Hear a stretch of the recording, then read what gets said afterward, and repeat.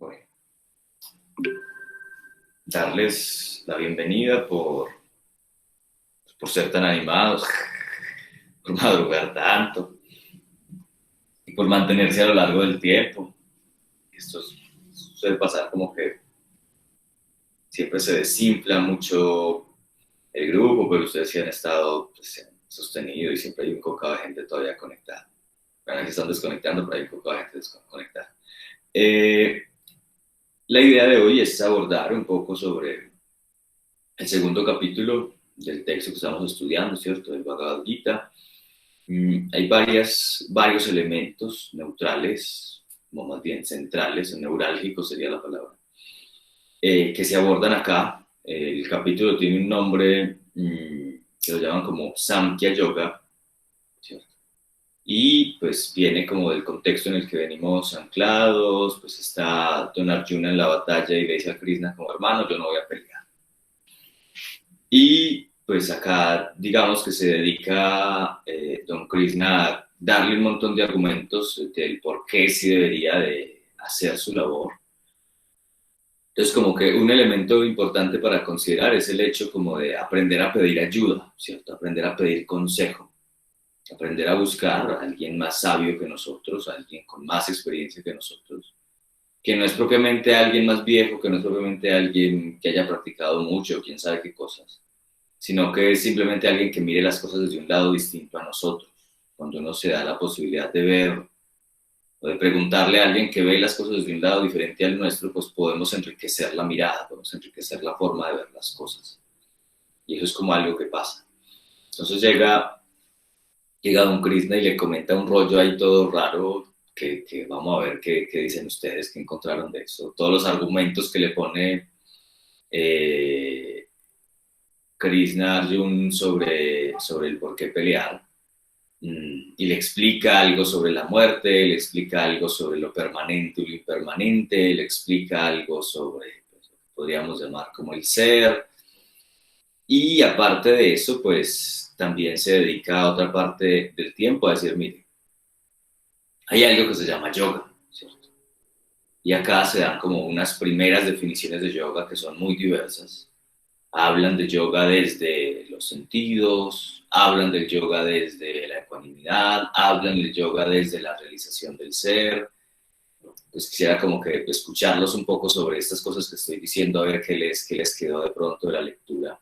Y también hablan como sobre las características del que vive el yoga, ¿cierto? Las características del hombre sabio. Y eso pues es como en donde se enfoca pues este diálogo presente. Entonces, como que habiéndoles puesto como esa introducción, quisiera que ustedes aprovechasen, consultasen, comentasen, compartieran como qué resonancia les quedó de esto, de pronto de estos temas que se proponen, cómo entienden quizás o cómo entendieron la ecuanimidad, cómo entendieron la relación con la muerte, qué es eso inmortal o qué es eso permanente e impermanente de lo que hablaba Krishna, qué características, qué atributos del yogi pues tienen ustedes ya súper interiorizados, en cuáles estamos más cojos, no sé, es como abrir el diálogo, varias personas como que compartamos, hablemos, para hacer más nutritivo esto y que no sea solo como escucharme a mí, que yo me pongo como aburrido cuando tengo la voz muy ronca. Así que bueno, les escucho. Con confianza.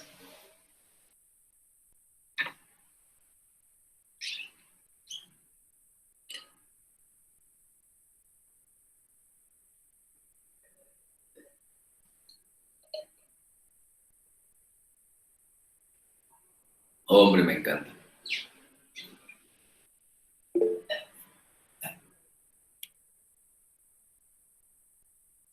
A ver, ¿quién levantó la mano? Bienvenida. Dale línea. Abre el micrófono porque si no, no te oigo. Hola, buenos días. Buen día. Bueno, muchas gracias por este espacio. Primera vez que tengo contacto en este grupo y contigo. Y pues genial. Tengo es una inquietud. En el versículo 28 dice, los seres no se manifiestan, se manifiestan en el estado intermedio o Arjuna y al final dejan otra vez de manifestarse.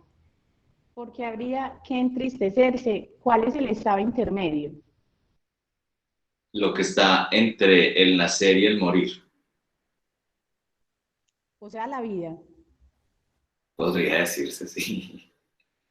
Ahí es donde nos manifestamos, ¿cierto?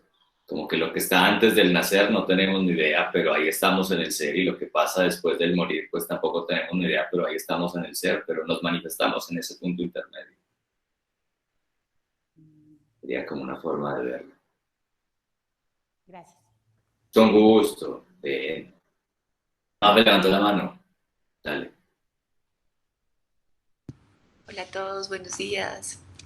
Bueno, no, para contarles que este capítulo en particular me conmueve mucho, me gusta muchísimo y sobre todo, digamos, como que quería llamar la atención sobre el principio del capítulo, donde de alguna forma Krishna, si bien pues no deja de ser dulce, ¿no? Como ese maestro es tan dulce, también es un poco indolente frente a, digamos, como ese lamento de Arjuna, de que dice que no puede y él es como, bueno, eh, esto no es digno de ti, o sea, como que ponte los calzones y vamos a por esta lucha porque, pues porque no te puedes quedar ahí como simplemente echado llorando.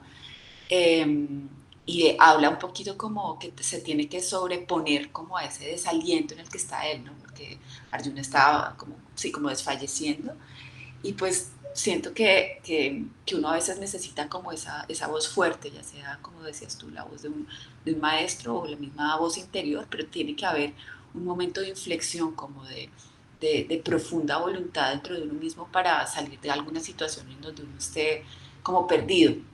Y lo que tú mencionabas también, de más adelante también esa la actitud de Krishna de decir, bueno, necesito una guía, o sea, no sé para dónde coger, ya perdí el discernimiento, necesito una luz y ese como llamado también de apoyo que de nuevo puede ser buscando hacia afuera a alguien como que lo guía a uno, o también puede ser una misma búsqueda interna donde uno está como en ese mismo diálogo y uno dice, bueno, ya, o sea, aquí planto y me toca sacarme las lágrimas y mirar para dónde cojo, pero todo eso tiene que salir como de una resolución interna de transformación o de cambio del estado donde estoy ahora por otro, por moverme hacia un lugar diferente, ya sea la motivación que sea porque realmente estoy buscando qué es lo que hay detrás de todo esto que llamamos la realidad, o porque estoy en la búsqueda espiritual, o lo que sea, pero sí tiene que haber como ese momento de inflexión en que estoy así como que, ay, que me muero,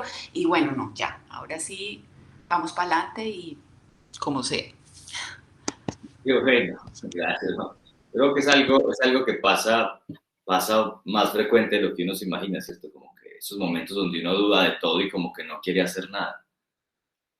Y es bien bonito encontrarse con ellos, ¿cierto? A veces como que le huimos al caos, le huimos a la duda, no, y la duda es el gran reafirmador. O sea, si no tenemos la posibilidad de dudar, pues no vamos a reafirmar el camino, no vamos a reasentarnos en las cosas que verdaderamente sí consideramos o sí valoramos como importantes.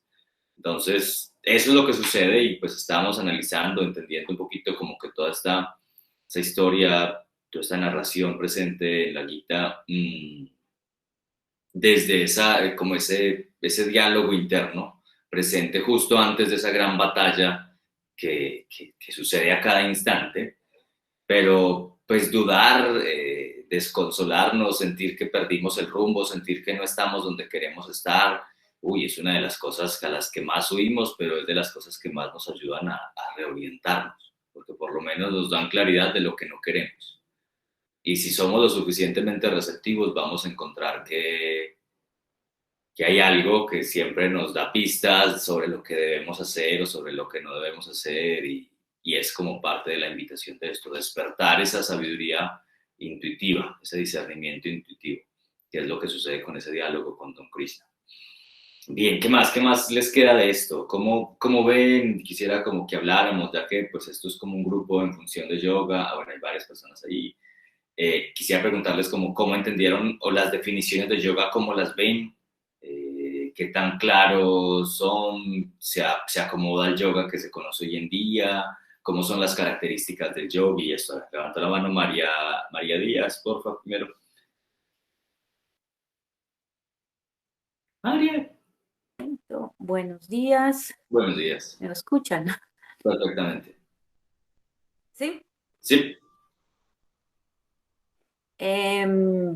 Bueno, a mí lo que perdón, ¿me escuchas, Esteban? Sí, perfecto, gracias.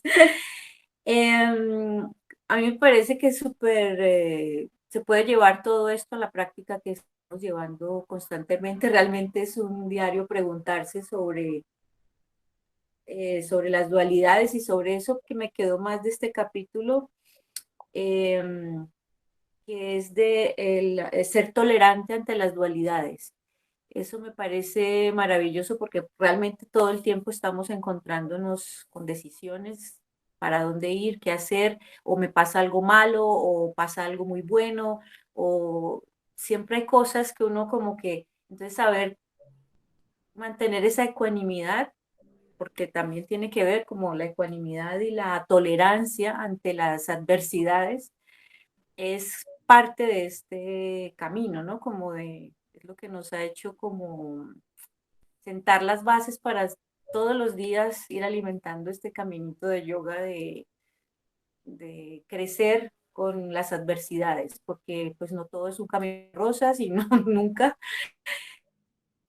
Pero bueno, esto me quedó mucho del Krishna querer darle esa explicación de que, bueno, hace muchas alegorías sobre el invierno, el verano, la muerte, el alma, pero como de todas esas cosas trascienden el alma, siempre va a estar ahí. Entonces, eh, todo lo que pasa en este mundo terrenal, pues como trátalo con cariño. Es a veces cuando te dicen ante todos los problemas que pasen, sé dulce contigo mismo, porque finalmente todo pasa. Entonces, pues a eso lo llevo a mi vida actual.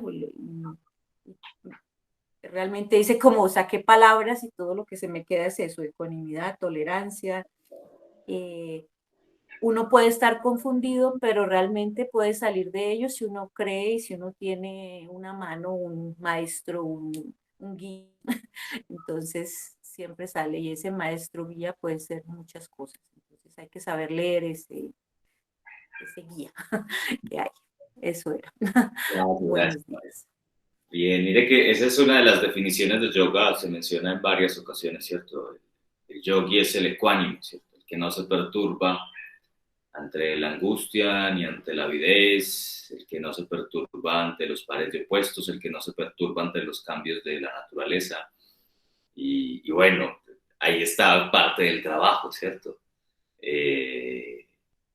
Concentrarnos en lo que es infinito para no dejarnos afectar por los cambios de todo lo que es finito. Y sería como un llamado hacia eso. Desde ahí, gracias María por traerlo a colación.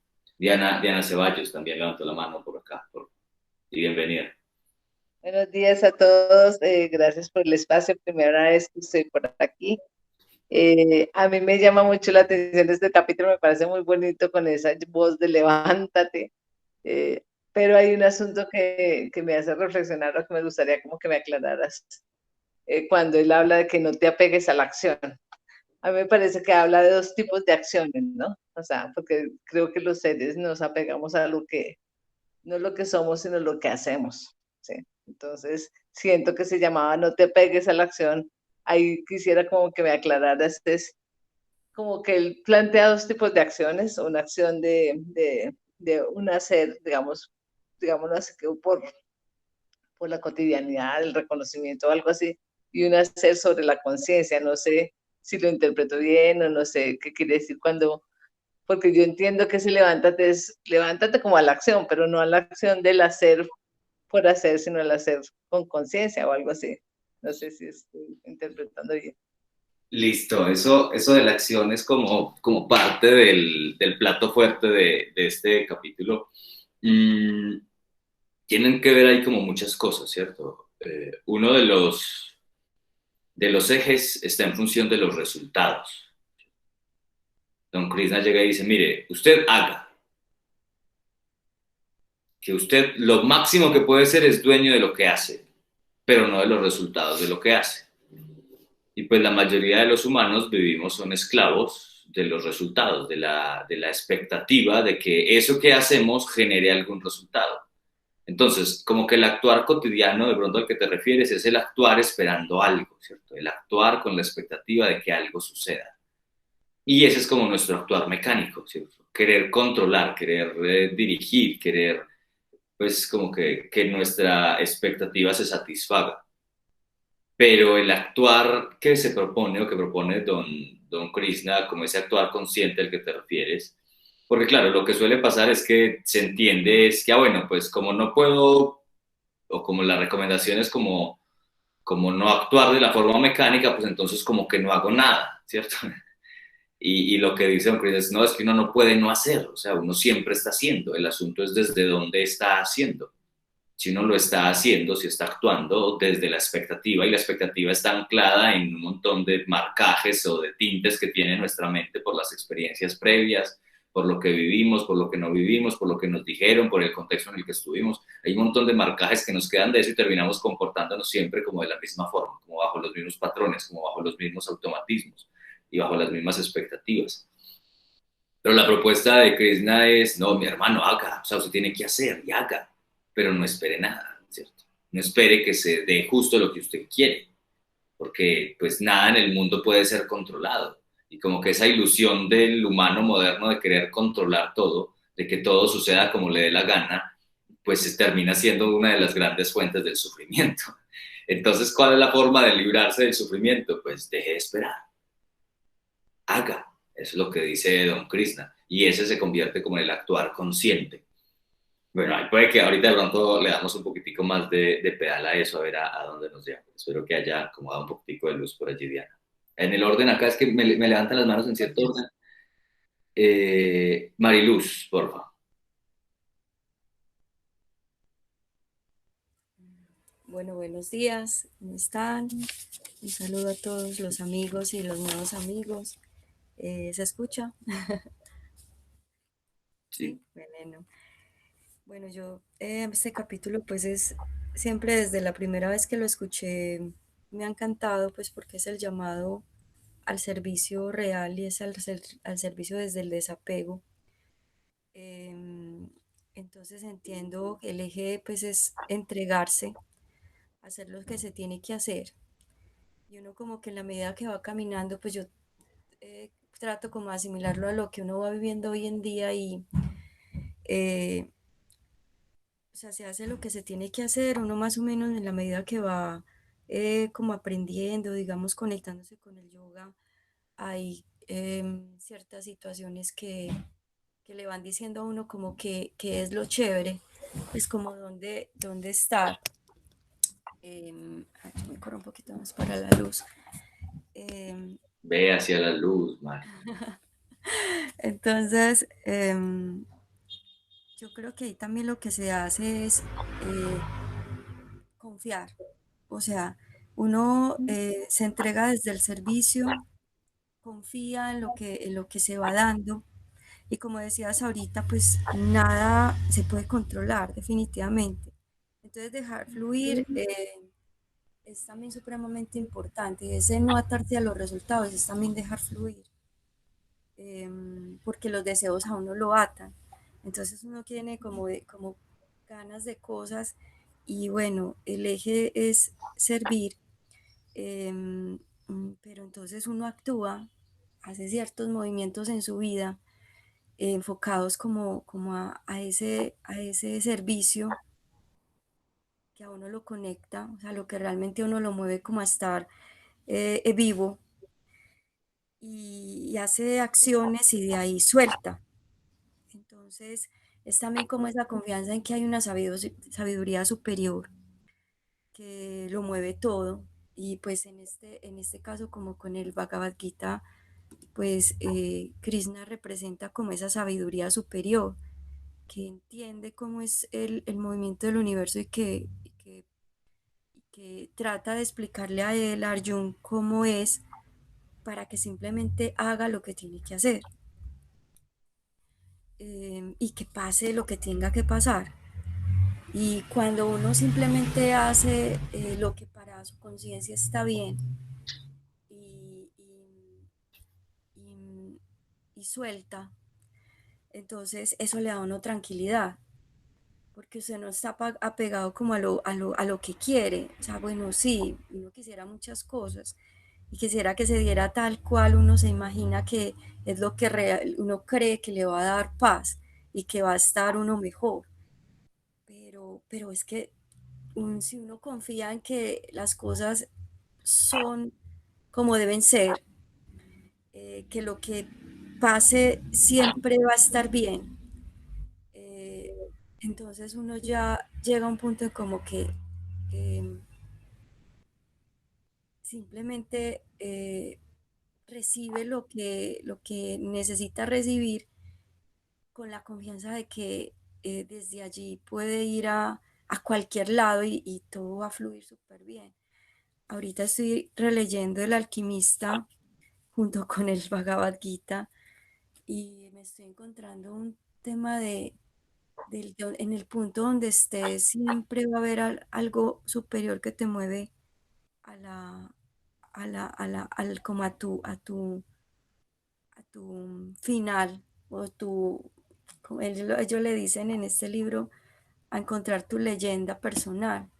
Entonces, ir caminando como con la confianza de que todo es perfecto y de que sí, servir y desde la luz, desde el amor, y desde allí todo te va a dar. Y donde estés vas a estar bien. Entonces esa ecuanimidad que propone el Bhagavad Gita es ese fluir entre los pares de opuestos, porque siempre va a haber luz, siempre va a haber, o sea, siempre va a haber como momentos muy fuertes, momentos muy chéveres, pero de qué manera uno entiende como que esa es la vida, que siempre va a haber, desde mi punto, si yo estoy como en equilibrio, un, un, una tranquilidad. Pues también eso es como lo que dicen, como cuando están iluminados, ellos ya están desde ese entendimiento de que todo está bien y que todo va a fluir siempre donde, y todo sea donde tiene que estar. Y ese equilibrio energético que da eso también te entrega cosas chéveres. Es como esa también, o sea, cuando tú no te apegas desde, o no estás vibrando desde la escasez, desde la carencia, sino que sientes que el universo es abundante y que te da. Entonces ahí también las cosas fluyen súper bonito. Entonces eso es como que asentando un poco todo ese montón de ideas, el eje del servicio, que es el karma yoga, el saber que hay un movimiento perfecto de todo, el saber que tú haces y que simplemente sueltas y si no se da, pues no se da y está perfecto porque seguramente era lo que debía hacer. Eh, es como que me traigo, que me deja este coso. Bueno, yo no sé si conversar, hablando mucho, me gustó mucho también como que pues la impermanencia, me gustó mucho pues que el ser siempre está, pase lo que pase, no lo quema, no lo diluye nada, no lo afecta nada. Y ahí toco como el tema, por ejemplo, también de las representaciones en ese lugar de la batalla. El ego, por ejemplo, siendo Bhishma, que hay una esencia ahí divina en el ego y que efectivamente tú matas el ego en esa pelea, pero lo matas en esencia, lo que dañas o lo que destruyes ahí es como las partes que no deben estar, pero que la esencia como tal, que no muere, está ahí, que es como la pureza de que también existe en el ego. Yo no sé si se puede interpretar así o simplemente es hablando desde el ser. Y bueno, dije un montón de cosas y espero que de allí haya algo. Gracias. Gracias, Mari. Alejandra Echevarría, por favor. Levanto la mano. Hola, ¿me escuchan? Sí, señora, muy lejos. Se escucha. Muy lejos. ¿Y ahora? Mejor. Igual de lejos. Está por la casa de tuya, los otros está cada uno en la casa de cada uno, escuchan lejísimo.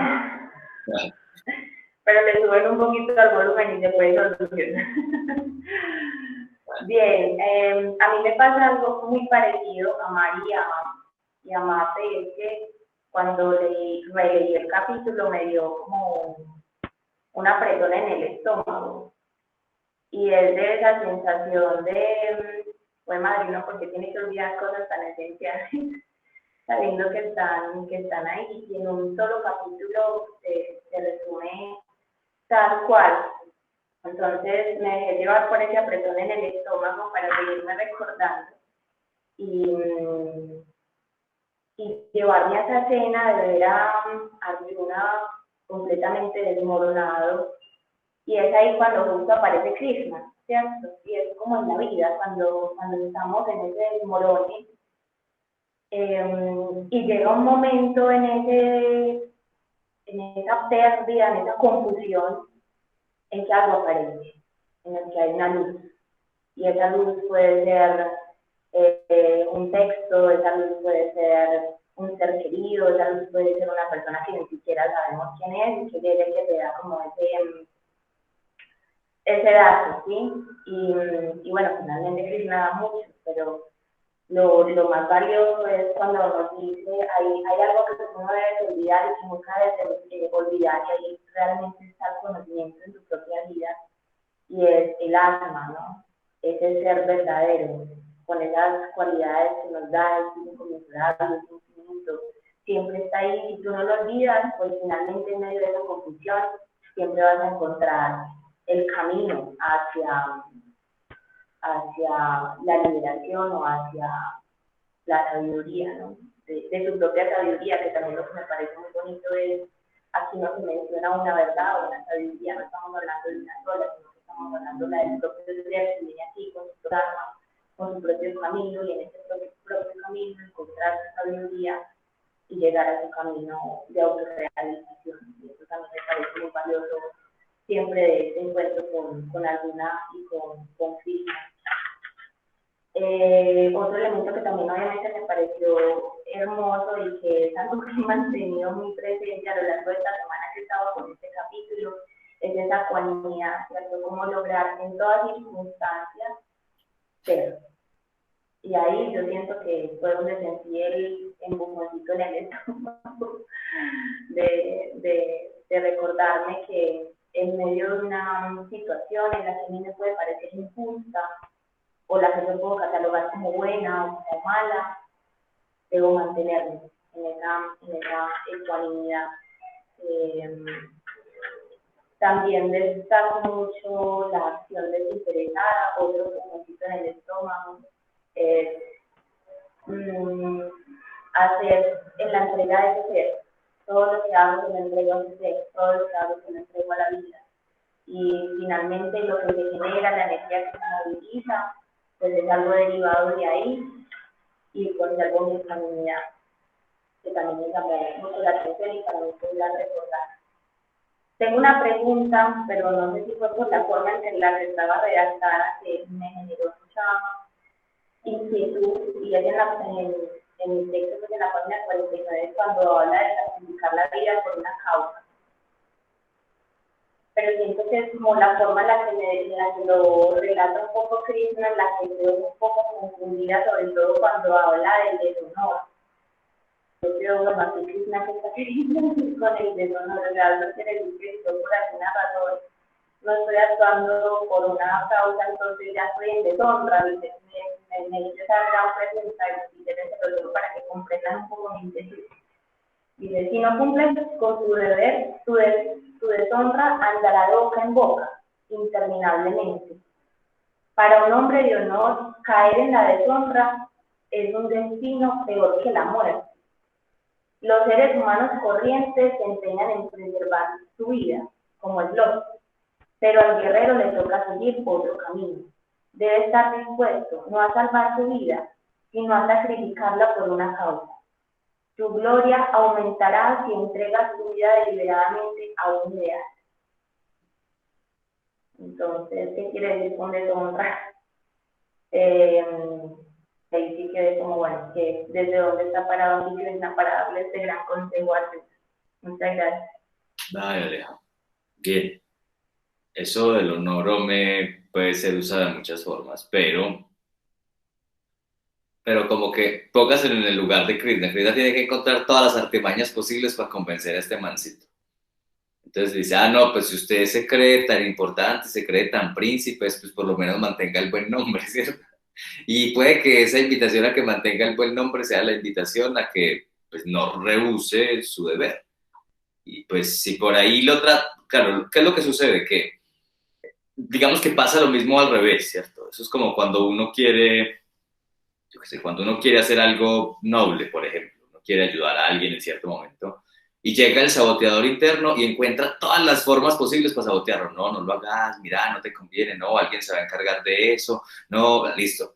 Ese saboteador interno encuentra, y si uno no le para bolas por un lado, él propone otro lado. No, mira qué tal le ayudó la semana pasada, no deberías hacerlo, no, mira, vos necesitas eso, ¿cómo se lo vas a prestar? ¿Cierto? Se lo va a decir de muchas formas. De la misma forma hace Don Krishna, pero al revés. Encuentra algún puntico como no, pero es que si no es porque el espíritu es inmortal, entonces pues hacerlo por tu honor. Bueno, si no es por el honor, hacerlo por la familia. Bueno, pero si no es, o sea, encuentra un montón de lados distintos para convencerlo. Y es como lo mismo, es entender esa dinámica de ese juego, porque digamos que esos personajes internos que libran esa batalla, pues cada uno tiene ciertas características. Y uno lo que tiene que hacer es como darle lugar a cada uno de esos, pues para que las cosas estén como en un mejor funcionamiento. ¿Y qué es lo que hace Don Krishna? Como que invita a cada uno, bueno, pues si no es por eso, es por esto, ¿cierto? Porque cada uno de esos llamados o cada una de esas invitaciones que propone, pues lleva a un lugar distinto, lleva a remover ciertos contenidos diferentes, y por eso es como la forma como se propone o se dice, pues es una forma de verlo desde allí. Bien, Diana González, porfa, y se prepara Liliana, que se prepara. Yo no sé cómo estamos de tiempo, pero bueno, hay un tiempito todavía. Dale, Diana. Hola, buenos días. Buen día. Bueno, primero que todo, muchas gracias por el espacio y muchas gracias a los que aún siguen aquí conectados. Muy bien. Bueno, este capítulo es pues un capítulo con demasiada información. Lo divido en 3 caminos. El primero es el camino del Jnana Yoga, donde nos habla de la filosofía y la inmortalidad del ser. Estos caminos nos los redactan o nos los ofrece Krishna porque estamos confundidos, ¿no es cierto? Estamos en una confusión tremenda. Un día queremos hacer algo, otro día no lo queremos. Un día dudamos, como decías ahorita, y a veces no estamos seguros si lo que estamos haciendo de verdad vale la pena o es mejor hacer otra cosa. Entonces estamos en esa confusión y para eso nos presenta como estos 3 esquemas. Nos habla pues desde la inmortalidad del alma, que es la filosofía Sankhya, que a mí me fascina, donde pues nos dice, tú eres un ser inmortal, disfruta el plano en el que estás, no te preocupes que nada te va a cortar, nada te va a mojar, no te vas a morir, solamente cumpla con lo que tiene que cumplir. Esa es la primera parte. La segunda parte la veo desde el camino del Karma Yoga, del servicio desinteresado, donde el servicio para hacer una meta elevada o cumplirse un servicio desinteresado a los demás como debe de ser es no apegarnos a los frutos, es no esperar nada a cambio, es actuar sin esperar, que no sea la intención, pues nosotros somos, desde que tengamos vida siempre vamos a estar actuando, las acciones no las vamos a poder evitar, entonces una manera de purificar o de mantener como más elevadas esas acciones es actuar sin esperar nada a cambio, pues que no sea la motivación o la intención la que nos esté moviendo siempre. Y luego nos habla desde el camino de la meditación, y es ahí donde pues ya entran los términos de la ecuanimidad, del discernimiento, entra la observación de Raga y Dvesha, que es el placer y el dolor. Hay un verso por ahí que habla desde el placer y el dolor. Y luego nos habla que cuando pues, logramos tener esa mente enfocada, cumplir con nuestro dharma, con nuestra vocación o con nuestra misión, pues la misión es salir como de esa oscuridad y de ese mundo de tinieblas en el que a veces nos encontramos.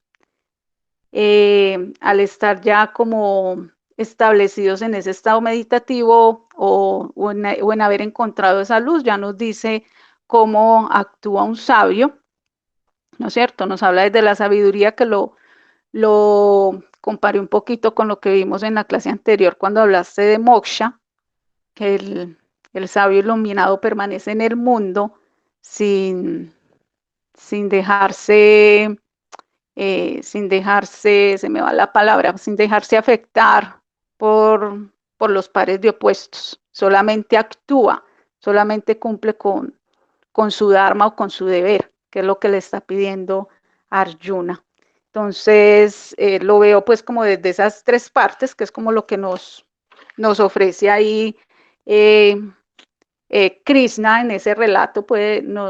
Para resumir, podemos decir que hay tres maneras de encontrar como esa dirección para cumplir con, pues, o para luchar la guerra, pues como para no salirnos del contexto, y que esas tres maneras es desde esa parte filosófica, que es una parte muy elevada que pues lo puede llevar a uno a un estado tamásico, pues si no va a pasar nada, si yo voy a ser eterno, pues no hagamos nada, ¿no es cierto? Y los otros dos caminos sería desde el servicio, actuar desinteresadamente, y el otro sería a través de la meditación. Lo veo como esos tres caminos donde nos dice, pues, si coges alguna de estas tres rutas, eh, vas a cumplir con tu deber y pues sí vas a cumplir como la meta final, que es como la liberación o encontrar ese estado de plenitud y de dicha. Bien, ya veo. Muchas gracias. Y se prepara Claudia López después de Liliana. Lili. Muy buenos días a todos. Qué rico sentirlos por acá. Bueno, el Bhagavad Gita indudablemente nos regala muchos aprendizajes para la vida, para el día a día. Y uno que me ha quedado como hasta ahora, tratando de tenerlo muy presente como en cada momento, es esa invitación que nos hace a identificarnos con lo que realmente somos y desidentificarnos con lo que no somos. Ese es algo que por lo menos a nivel personal me ha ayudado como a aterrizar todos estos aprendizajes que nos da este diálogo. Y bueno, dentro de este diálogo que se da, tengo pues necesito como claridad en algo que leí, me llamó la atención. Cuando Krishna le dice a Arjuna, no importa lo que suceda, habrás triunfado. Entonces ahí lo entiendo que es desde ese ser verdadero, desde ese ser real, que es inmutable, que no importa lo que pase, siempre las cosas van a estar bien, porque digamos desde ese punto de vista no hay como esa dualidad de bien o mal. Y hay otra parte donde Arjuna dice, ya sea que gane o pierda esta batalla, habré perdido. Entonces, como esa partecita, me gustaría tener un poquitico más de claridad. Claro. Gracias. Con gusto. Es que es muy loco, es muy loco y tiene que ver algo con el lenguaje. Ustedes lo dicen mucho, pues lo han dicho varias veces acá, y se escucha muy normal y es cierto. Aparte que se ven las vallas de la alcaldía de todo va a estar bien, ¿sí o no? Y es, claro, no, es que no, todo está bien, ¿cierto? No, todo siempre está bien, todo va a estar bien, claro. Y ahí ya está negando una parte de la polaridad, o sea, todo es, punto, independientemente de cómo lo quiera calificar. Claro, puede que yo me caiga de la bicicleta y me parto una pierna y puedo ver el lado positivo de ello, es una cosa. Pero si me quedo solo con el lado positivo, también estoy negando una parte de la realidad. O sea, es que ese es como el juego, ¿cierto? Que se triunfe, en este caso, no es que todo sea bello y bueno y bonito. o de hecho que se triunfe, es que siendo demasiado paradójico, es que se logre liberar incluso del sentido de aspiración o del sentido de querer triunfar. Ahí sería distinto, ¿cierto? En el capítulo anterior decía Arjuna, como dices, como no, pero es que si mato a mis primos, eso no tiene ningún sentido, pues entonces así gane la batalla, pues habré perdido porque pues, perdí mi familia. Entonces llega don Krishna acá y le dice como, no, hermano, pero es que así usted pierda, así usted lo maten, siempre va a triunfar, ¿cierto? Y cuando se refiere al siempre va a triunfar, pues estamos hablando de esa batalla psicológica. Cuando dice siempre va a triunfar es desde el mero hecho, desde que usted haya decidido no sucumbir ante esos patrones mentales, ante esos tintes de la mente, pues, ¿qué? O sea, cuando uno ya decide plantarle cara, así llegue toda esa oscuridad que uno tiene adentro y le patee y trapee el suelo con uno, igual uno por lo menos decidió no vivir en la inercia, ¿cierto? Decidió no sucumbir ante ese piloto automático en el que vivimos civilizadamente.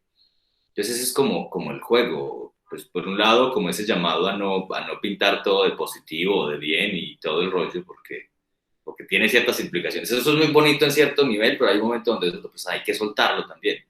Pero pues en ese sentido como la idea de triunfar, y el triunfar es simplemente plantarle cara a las cosas, ¿cierto? Plantarle cara a los automatismos. Claro, me di cuenta de que tengo un patrón de miedo que me sale o de rabia que me sale o de lo que sea.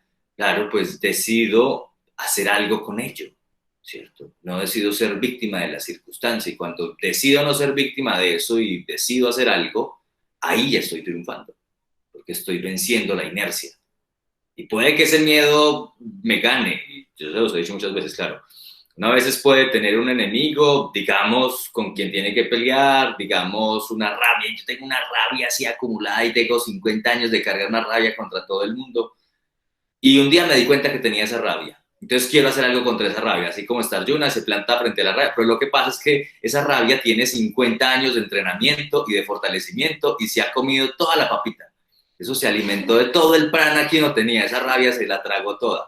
Y uno como uno, pues no, uno no ha estado presente en uno, entonces uno no tiene ni fuerza, ni energía, ni entonces uno se pone a pelear con la rabia y lo casca, inmediatamente a rabia le gana. Tiene más fuerza, tiene más energía. ¿Qué es lo que hace? Y era lo que hablábamos como en la introducción, ¿uno qué hace? Uno prepara las tropas de uno, ¿cierto? Para uno enfrentarse con un enemigo de esos que lleva 50 años a la cabeza, alimentándose, drenándose la energía. Claro, el mero hecho de yo plantarle cara, de yo dejar de ser manejado por él, ya estoy triunfando. Pero para poder, digamos que sobreponerme a ese enemigo, pues debo de entrenarme, debo de poner mis tropas en posición. Entonces, ¿qué tengo que hacer? Tengo que empezar a quitarle energía a esa rabia y darle energía a otra cosa, de pronto darle energía a la caridad.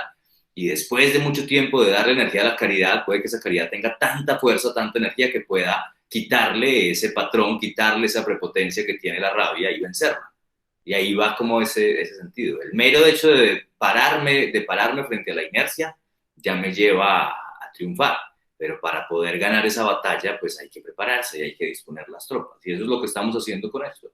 Estamos aprendiendo a identificar nuestras tropas, aprendiendo a identificar nuestros enemigos. Y cuando los identificamos, pues podemos hacer algo con ellos. Identificarlos no soluciona el asunto, no, pero es una parte importante. Y porque si ni los identificamos, simplemente somos víctimas de ellos y creemos que nos mandan. Y creemos, no, yo soy así, no, yo siempre he sido así, no, es que así es. Y cuando vivimos desde ese, no, es que así es, así ha sido siempre, pues nunca hacemos nada y la vida se nos va en comportamientos automáticos. Pero bueno, esa puede ser una forma de verlo ahí, Lili, que aclare. Va Claudia López. Hola, buenos días. Buen día. Bueno, no, simple como, pues eran como unas ideas de algo que escuché ayer que me pareció como muy oportuno para explicar algo aquí. En cuanto a lo que decías, que toda acción, pues de alguna manera el hecho de que estamos actuando ya es ganancia, lo veía como desde que empezamos la batalla, o sea, desde que estamos empezando a escoger si peleamos o no peleamos, es porque ya vimos que algo no estaba bien, pues, o que había algo que cambiar.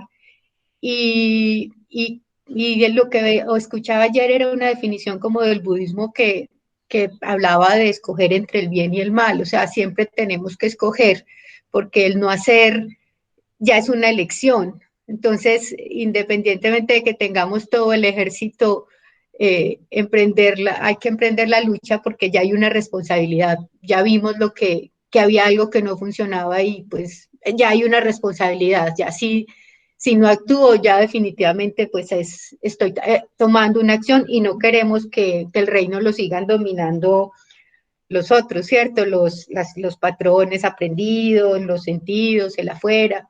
Entonces, de alguna manera, pues, o sí nos toca actuar. Es un poco como esa explicación. Otra cosa que me pareció muy lindo y que relacionaba con ese flash que tuve en el yoga bashista de la conciencia experienciándose a sí misma, es un poco que es también como que hablaba de la inviolabilidad del alma. Es como que a veces creemos que es que podemos hacer algo mal, pues o que eso tenemos tanta grandeza, entre comillas, que si algo hacemos vamos a impactar de verdad en algo mal. Y finalmente, pues no, estamos en el rango de las posibilidades y todas las acciones, pues en perspectiva, son ganancia.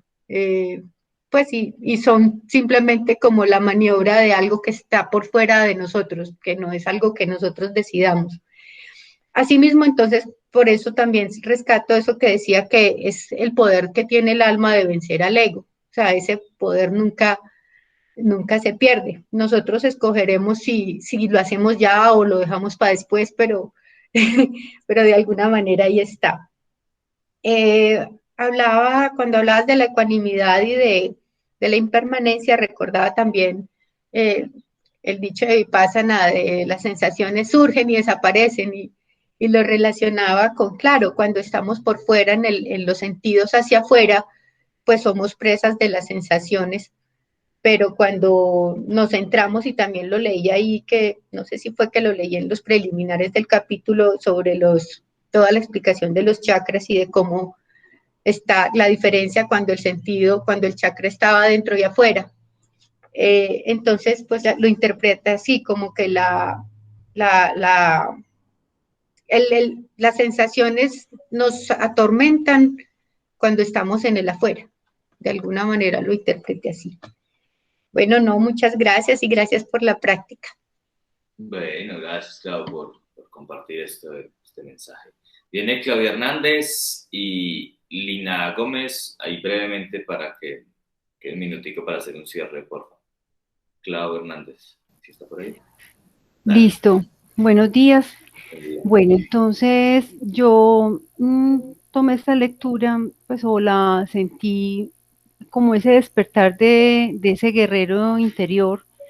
Lo relacioné en ese momento con Basista, cuando hablábamos en algún momento de que el maestro externo es muy importante y parte como de ese proceso de aprendizaje devocional, pero que también va conduciendo a cada vez clarificar más esa voz de ese maestro interior, cuál es realmente esa voz, cuándo está realmente presente, cómo se expresa, que necesita de ese otro lado de clarificar cuando estamos empantanados, como lo dice aquí en el Bhagavad Gita, en esos pantanos de la emocionalidad o esas confusiones de la mente, que ya lo hemos venido comentando hoy.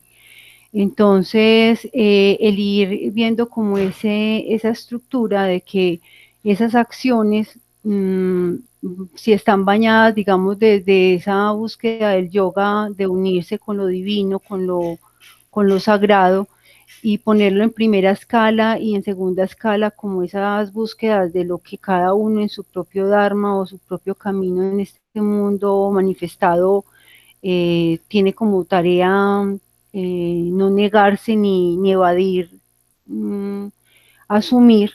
Entonces se va permitiendo a ese guerrero encontrar esas herramientas que necesita afilar para poder salir al combate de esos Kauravas que están generando esos deseos de seguir en esa permanencia de tantos años que lleva presente en la humanidad y en la humanidad de uno mismo, de la vida que tiene o de la vida que tiene. Entonces, veo como para cerrar esto que sentí durante esta lectura, como el entrenamiento de mantener la mente centrada en qué, ¿cierto? O sea, en qué está centrado mi mente. Por eso también a mí me parece tan bonito ese tema de la duda, porque dudar no es solamente quedarse estático, sino permitirse dar el paso y darse cuenta si de lo que estaba dudando era así o no. Finalmente esos paso a paso le van dando a uno más posibilidad de discernir y de clarificar cuál de esas voces internas son las que realmente hacen parte de ese Krishna, de ese guerrero, de esa presencia divina o de ese Brahma creador. Eso es, gracias. Gracias, Claudio. Bien, va Lina, por favor. Otra vez el micrófono. Espérate. Ya, ahí sí. Bueno, muchas gracias a todos, qué aportes tan bonitos, pero yo tengo una inquietud así súper grande. Y es que eso suena muy bonito, pero en la práctica, en mi caso, pues hablo de mi historia personal, patea bastante. ¿Por qué? Porque dice, no, desapégate de los frutos de la acción, bueno, todo lo que ya pues hemos leído y sabemos, y bueno. Pero por ejemplo, en mi caso, una de mis profesiones es contaduría pública, y entonces ahí prima el control.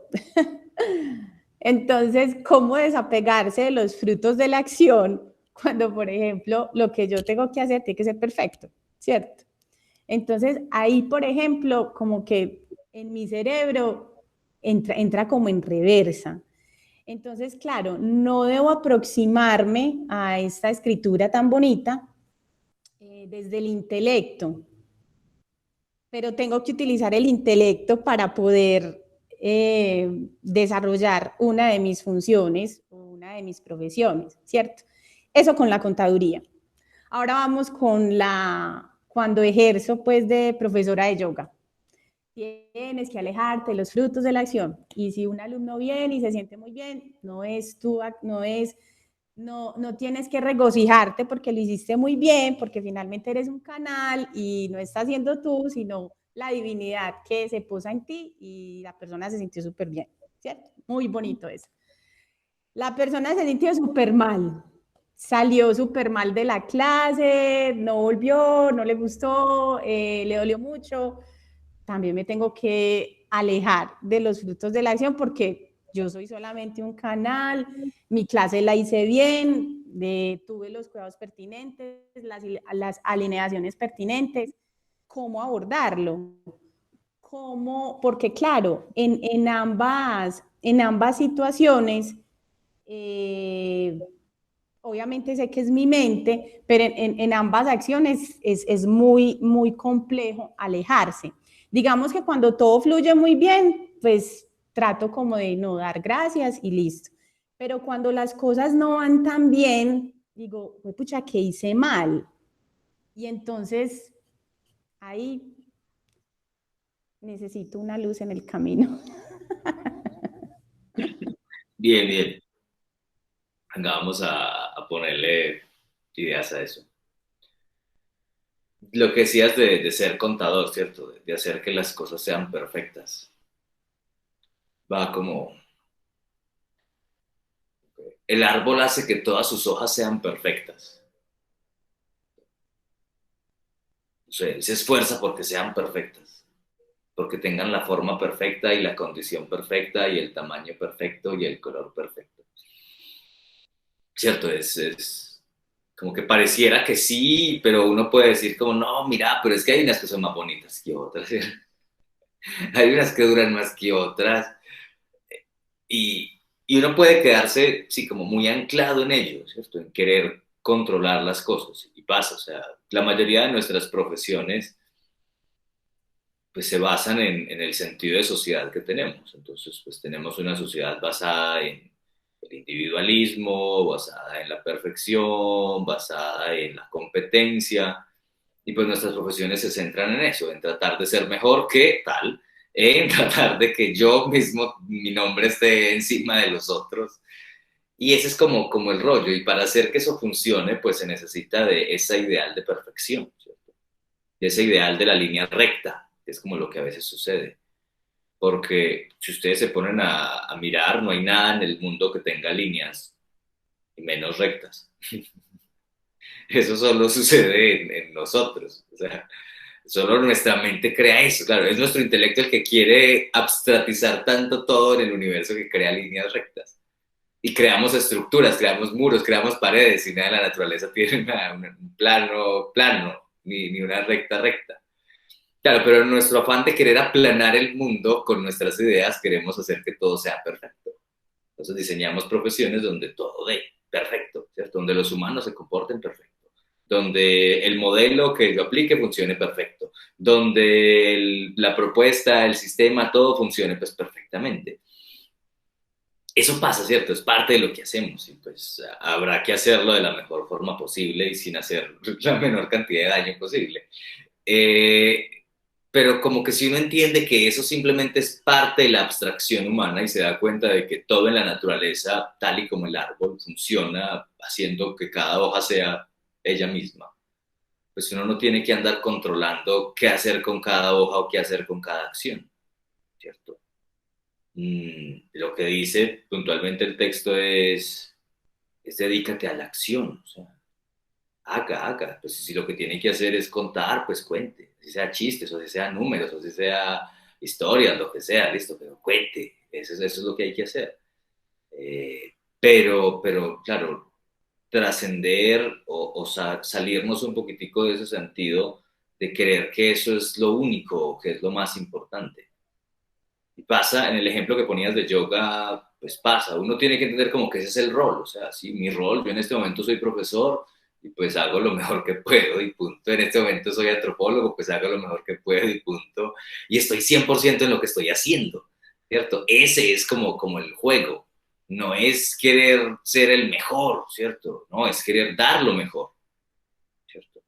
Es distinto cuando yo quiero ser el mejor, ¿cierto? Termino imponiendo mi individualidad, mi idealismo y mis cosas, pero cuando yo me doy cuenta que no es ser él, sino dar lo mejor, pues cambia, y a cada instante doy lo mejor y siempre hago lo mejor que puedo hacer, y de pronto cada palabra que encuentro, pues encuentro la mejor palabra posible, y cada cosa que hago la hago de la mejor forma posible. Ahí le puedo imprimir un sentido distinto. Y con lo de yoga, pues con lo de yoga pasa muchos de ustedes que son profes, pues por no decir que la gran mayoría, el sentido de desprenderse de la expectativa de los resultados, ¿cierto? Es muy común que eso pase, mucha gente como que me pregunta mucho eso, como no, pero ¿y si el alumno le fue mal, se sintió mal? Lo que les decía me parece muy bonito, claro. No, pero si yo tuve las consideraciones adecuadas, si yo respeté las alineaciones, claro, pero las alineaciones son ideologías, o sea, las alineaciones son ideas, son más líneas, son más patrones civilizatorios. Lo que hay que hacer antes es alinearme. Y eso, con gusto, y eso puede entenderse desde muchos lados. O sea, no es como alinear en ese sentido, sino es más aprender a escuchar. O sea, es que la labor del profe de yoga no es llevar al estudiante al samadhi, uno, ¿cierto? No vamos a iluminar a nadie. Dos, la labor del profe de yoga no es ser perfecto. La labor del profe, entonces claro, la gente llega y se frustra porque, ay, no, es que yo no estoy haciendo tal cosa, es que no estoy comiendo tal cosa, es que tal día me dio tristeza y yo no puedo tener eso porque soy un yogi, y cosas así todas rebuscadas. No, o sea, la labor del profe de yoga, cuando mucho, es ser fuente de inspiración para los otros. Y para uno ser fuente de inspiración, para los otros, ¿qué tiene que hacer? Pues dar lo mejor de sí a cada instante. Y a cada instante se pregunta, hombre, ¿puedo hacerla? Claro, y es más de escuchar, es más de escucharse a sí mismo. Y si uno no se escucha a sí mismo, pues menos va a escuchar al otro. Por eso, pues, ¿cómo era esto? Pues usted antes de ser un profe de yoga se dedicaba 12 años a escucharse usted mismo. Y luego, después de 12 años de estar metido, parado en su práctica consigo mismo, comenzaba como a compartirle un poquitico a los otros. Y solo a los que le preguntaban. Entonces, cuando usted llevaba 12 años, bueno, digamos 12 por decir un número, cuando llevaba mucho tiempo como escuchándose a sí mismo, pues se daba cuenta de lo que quería, de lo que sentía, de lo que sabía, de lo que aspiraba, de dónde venía eso que aspiraba, de dónde venían esos impulsos, esos deseos, esas coloraciones de la mente. Y cuando uno se da cuenta de eso, ¡puf!, puede darse cuenta de eso mismo en las otras personas. Y ahí es donde uno de verdad puede hacer algo por ellos. Un profe de yoga no hace algo de dar consejos. Pues nadie es tan sabio como para dar consejos. Un profe de yoga no hace algo de hacer que la gente medite. No, el profe de yoga lo máximo que hace es que se sienta y medita, y por su propia meditación la gente alrededor medita. El profe de yoga hace eso, ¿cierto? Entonces, como que cuando uno se basa, y digamos todo eso que les cuento es porque casi todas esas cosas son expectativas, ¿cierto? Yo quiero iluminar, yo quiero que la gente se sienta bien, yo quiero que la gente encuentre su paz, yo quiero que la gente se libere del dolor, todo, pero es que el dolor, ¿cómo sale? Pues sale con dolor. Usted lleva un montón de años guardando dolor adentro, eso tiene que salir, y para que salga, pues tiene que producir un dolorcito, así sea una lágrima, así sea una rabia, así sea una molestia en el cuerpo. Ese dolor que ha estado acumulando hay que sacarlo, y sacarlo no a veces es tan dulce y tan amoroso y tan bonito, tan lleno de flores, no, a veces sacarlo pues implica pues que tal y como cuando uno lo pica una serpiente y uno le entró el veneno, ¿uno qué tiene que hacer? Tiene que cortar, y ese cortar duele, y sacar el veneno. Pero si uno no corta y hace una herida más y no saca el veneno, pues se termina de intoxicar. Y lo mismo pasa con esto. Todos los que practicamos, todos en esta vida tenemos un montón de venenos adentro. ¿Y qué vamos haciendo? Aprendiéndolos a sacar controladamente. Aprendemos a sacarlos de a poquitos, con heridas, con succiones, y de a poquito, y cada exhalación va sacando un poquitico más de veneno. Ese es el juego, o sea, no tiene que ser así todo súper tranquilo y amoroso, no, el proceso de cada quien, dependiendo de los contenidos que tenga, va a ser distinto. Uno simplemente está ahí para acompañar, está ahí para inspirar, está ahí para hacer lo mejor que uno pueda hacer, para escuchar a los otros, y si uno hace eso, ya está haciendo su trabajo, ya está haciendo lo mejor, independientemente de que se crea o no se crea él, o que la gente le diga es que eso es el mejor, no, eso vale huevo. Uno cumple con lo de uno, y cuando uno cumple con lo de uno, ya uno hace su labor. Ya el fruto que llegue o no llegue, pues no es como importante.